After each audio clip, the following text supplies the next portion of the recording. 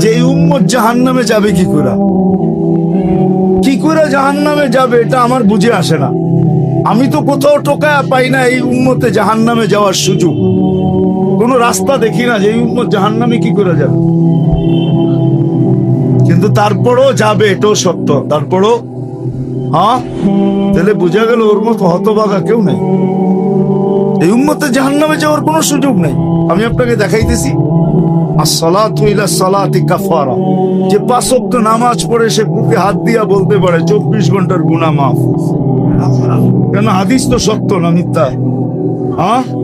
এখন হুজুররা কইব সগীরা গুনাহ মাফ হয়ে যায়, তাহলে আপনি সগীরা গুনার দলে, আরেক দল হুজুররা আছে যারা বলে কবিরা গুনাহ মাফ হবে। আমি কবিরা গুনাহ আলাদের পক্ষে, নামাজে কবিরা গুনাহ মাফ হয়। কি নামাজে মাফ হয় না? যদি না হইতেন, আরে ইস্তিগফার লাগবে না মেয়ে, যদি না হইতেন তাহলে আল্লাহর রাসূল কেন ওসমান রাদিয়াল্লাহু তাআলা আনহুকে শীতের মৌসুমে বসন্তের সময় বাহিরে নিয়া গাছের ডাল নাড়া দিয়া সমস্ত পাতাগুলা ঝরায়া তারপরে কেন বললো আমার উম্মত যখন ফরজ নামাজ পড়ে গুনাহগুলা এইভাবে ঝরা যায়? ওইখানে কি বলছে নাকি বড় পাতা ছোট পাতা? ওইখানে তো পাতা একটাও ছিল না, ঠিক না? আল্লাহর রাসূল বুঝাইছে কোনো গুনাহই থাকবে না, নামাজ নিজেই ইস্তেগফার। আবার ইস্তেগফার কি? নামাজ নিজেই ইস্তেগফার, নামাজ নিজেই জিকির। আছে কি নামাজের চেয়ে বড়? আকিমিস সালাতা লিযিকরি, নামাজের চেয়ে বড় জিকির আবার কি? নামাজ নিজেই ইস্তেগফার, নামাজ নিজেই সুয়াশের অ্যাকশন না খালি। আপনি নামাজ চিনেন? যদি সুয়াশের না হইতো আল্লাহ রাসূল কেন বলতো ইদা সালুহা সাইরুল আমাল, নামাজ ওকে, তোমার পরিপূর্ণ জীবনটা ওকে, সর্বলাইন ওকে, সর্বদিক ওকে। তাহলে নামাজের ভিতরে যদি ইস্তেগফার না থাকতো তাহলে এটা কি করে হইতো? সমস্ত বন্দেগীকে গ্রহণযোগ্যতা পাওয়ার জন্য নামাজকে গ্রহণযোগ্যতামূলক বানাইতে হবে। নামাজ ওকে সব ওকে। তো যেটা বুঝাইতেছিলাম পূর্ণতা, 24 ঘন্টা যে 5 ওয়াক্ত নামাজ পড়লো ওর তো সব গুনাহ মাফ, ও দুজকে যায় কি করে? আর তারপরেও যদি কিছু বেঁচে গেল তো বলতেছে আল জুমাতু ইলাল জুমাতি কাফারা, এক জুমার থেকে আরেক জুমায় পা দিবে পুরা সপ্তাহটা মাফ, সপ্তাহটা। তারপরও যদি কিছু বেঁচা যায় তাহলে ওই ব্যক্তি যোজকে যায় কি করে? আমাকে বুঝান। তারপরও যদি কিছু বেঁচে গেল তাহলে একটু আগে তো বললাম ওই যে রান আউটের থেকে বাঁচায় দিয়েন, ঠিক না? রমজানে পা দিতে দেরি, রমাদান ইলা রমাদান কাফারা, রমজান থেকে রমজানে পা দিতে দেরি, পুরা বছরের গুনাহ মাফ হইতে দেরি। মাফ হইতে দেরি কেন? মৌসুমে চলে আসছে, মৌসুমে। আমরা তো ভাবি না প্রত্যেক ইফতারির সময় আল্লাহ 70,000 লোককে জাহান্নাম থেকে মুক্তি দেন। আপনি মনে করবেন 70,000 মুক্তি পায় নাকি? হুজুররা খুব হাদিসে তো 70,000 আছে। আমি বলবো না, 70,000-এর চেরম এই প্রবাদ বাক্যটা সত্য। শিশুর পিতা ঘুমিয়ে আছে সব শিশুরই অন্তরে। আমিও বলবো 70,000-এর পিঠে আরো কয়েক 70,000 ঘুমায় আছে। কেমনে জানেন?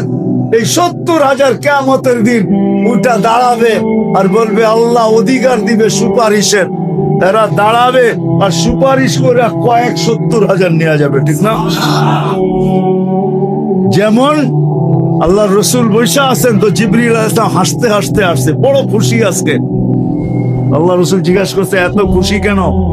বলছে সুসংবাদ নিয়ে আসছি, আপনিও খুশি হয়ে যাবেন। বলছে কি সুসংবাদ? 70,000 উম্মত আপনার হিসাব কিতাব ছাড়া জান্নাতে যাবে। তো শুনতে দেরি, চেহারা মলিন হইতে দেরি হয় নাই। জিবরিল আলাইহিস সালাম বললেন এটা কি? আপনি তো খুশি হওয়ার কথা, চেহারা মলিন হলো কেন? মাত্র 70,000, আমার সাহাবী তো 1.25 লক্ষ, কিয়ামত পর্যন্ত উম্মতের কি হবে? এই জন্য চেহারা মলিন। আপনি কি নিতে রাজি না? কয়, নিতে রাজি না এই কথা বলতেছি না, কিন্তু ভাবতে হবে এটা বলতে পারি। ভাইবা দেখি নিব কি নিব না। তো পাশে ওমর রাদিয়াল্লাহু তাআলা আনহু বসা, বলছে ওমর নিব 70,000 বিনা হিসাব কিতাবে জান্নাতে যাবে। তো যেমন উস্তাদ তেমনই তো ছাত্র হয়, পীর যেমন মুরিদ তো এমনই হয়, ঠিক না? হ্যাঁ, কি বলেন? সঙ্গী ভালো হলে আমিও ভালো হব, এটাই তো সত্য। নাহলে কোরআন কেন বলবে কুনু মাস সাদিকিন? নেককারদের সাথে চলো, তুমিও নেক হয়ে যাবা, তুমিও নেক হয়ে যাবা। ভালোর লোকে চলো, ভালো হয়ে যাবা। প্রবাদ বাক্য এটাই সত্য। সৎ সঙ্গে স্বর্গবাস, অসৎ সঙ্গে সর্বনাশ, এটাই সত্য। সৎ সঙ্গে সর্বনাশ, সৎ সঙ্গে স্বর্গবাস, অসৎ সঙ্গে সর্বনাশ। তো বলছে ওমর নিব? কয়, না, 1.25 লক্ষ তো আমরাই, কিয়ামত পর্যন্ত মানুষের কি হবে? কি করব? ফেরত পাঠায় দেন, বলেন বাড়ায় নিয়ে আসতে। তো বলছে মশওয়ারা হয়ে গেছে, নিতে পারি না, আল্লাহকে বলো বাড়ায় দিতে। আল্লাহ আল্লাহ, ঠিক না? আল্লাহ আল্লাহ আল্লাহ আল্লাহ। হায় হায়, কার আল্লাহ কিরকম আমি জানি না, কিন্তু মুহাম্মদুর রাসূলুল্লাহর আল্লাহকে দেখলে অন্যরকম দেখা যায়। হায় হায়, আমি মনে হয় বুঝাইতে পারি না আপনাদেরকে। আপনি বলবেন পৃথক করলেন কেন? না, এটা পৃথক না, এটা অন্য জিনিস বুঝাইতে চাইতেছি। মুহাম্মদুর আম্মাজান নিজে বলছেন, আম্মাজান আয়েশা রাদিয়াল্লাহু তাআলা আনহা বলতেছেন, ইয়া রাসূলুল্লাহ, আপনার ইচ্ছায় আপনার আল্লাহ এত তাড়াতাড়ি করে কেন? বুখারীতে আছে, বুখারীতে। যারা বুখারী পড়ায় ওদেরকে জিজ্ঞেস করেন, আপনার আল্লাহ আপনার ইচ্ছায় এত তাড়াতাড়ি করে কেন? আপনার আল্লাহ আপনার ইচ্ছায় যদি আম্মাজান বলতে পারে, তাহলে আমিও বলতে পারি। কার আল্লাহ কিরকম এটা আমার বিষয় না, কিন্তু মুহাম্মদুর রাসূলুল্লাহ আল্লাহ মুহাম্মদুর রাসূলুল্লাহর সাথে অন্যরকম। সারাদিন বন্ধুর দিকে তাকায় থাকে, বন্ধু নারাজ করা যাবে না। হায় হায় হায়। তো পাঠায় দিছেন, জিবরিল আলাইহিস সালাম ফিরে আসছে। তো বলছে, জিবরিল কি খবর? আল্লাহ বলতেছেন বাড়ানো যাবে না, আপনাকেও নারাজ করা যাবে না। বাড়ানো যাবে না, আপনাকেও। আপনি বলবেন এটা আবার কি করে সম্ভব? বাড়াবে না আবার আপনাকে নারাজ করবে না, এটা সম্ভব কি করে? আল্লাহ পদ্ধতি দিয়া দিছেন, বন্ধু বাড়ানো যাবে না, কিন্তু আপনাকেও নারাজ করা যাবে না।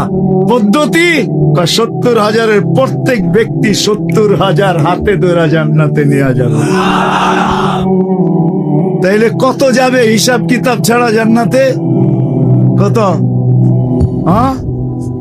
490 কোটি উম্মত যাবে হিসাব কিতাব ছাড়া জান্নাতে। এই জন্যই বলতেছিলাম, প্রতিদিন ইফতারের সমাজে 70,000 আল্লাহ জাহান্নাম থেকে মুক্তি দেন। 70,000 দেন না, ওদের পিঠের ভিতরেও আরো কয়েক 70,000 এরকম লুকানো আছে, ওটি সহ কিয়ামতের দিন যাবে ইনশাআল্লাহ। মৌসুম দিছিলেন, মৌসুম দিছিলেন, যেখান থেকে প্রথমে ছিলাম আবার চলে যেতেছি। লখটা লম্বা হয়ে গেছে অনেক দূর। যে দৈনন্দিনের প্রয়োজনের জিনিস যারা বিক্রি করে, তারা জানে যে সারা বছর আমি দৌড়ায় পারবো না, ইবাদত বন্দেগী দিয়ে বাড়তে পারবো না, আমি তো সহানুভূতি দিয়ে জান্নাত লেখা। মৌসুম ছিল আমাদেরকে আকর্ষণের পাত্র বানানোর জন্য। রমজান মৌসুম, ভরা মৌসুম, ভরা মৌসুম। এক একজনের এক এক দিক দিয়া দিছেন। আপনি মনে করেন কেমন মৌসুম, কেমন আকর্ষণের পাত্র বানানোর জন্য আল্লাহ আল্লাহর রাসূল কতটুকু নিচে চলে আসছে, কতটুকু নিচে। যদি আপনি ভাবেন তাহলে বুঝবেন। আল্লাহর রাসূল বলছে, যে কাউকে পেট ভরা রোজার দিন খাওয়াবে, তাকে আল্লাহ জান্নাত লেখা দিবে, জাহান্নাম থেকে মুক্তি দিবে, গুনাহ মাফ করবে। তো সাহাবা আয়েশা বলছে, ইয়া রাসূলুল্লাহ, পেট ভরা আমরাই তো খাইতে পাই না, কারে খাওয়াবো? আমরাই তো খাইতে পাই না, কাকে কোত্থেকে খাওয়াবো? আল্লাহর রাসূল বলছে, আচ্ছা তাইলে যদি তুমি 1 গ্লাস দুধ খাওয়াও। বলছে, এটাও তো সবসময় হয়ে ওঠে না, তাইলে একটা খেজুর। এটা একটু তো হয়ে ওঠে না।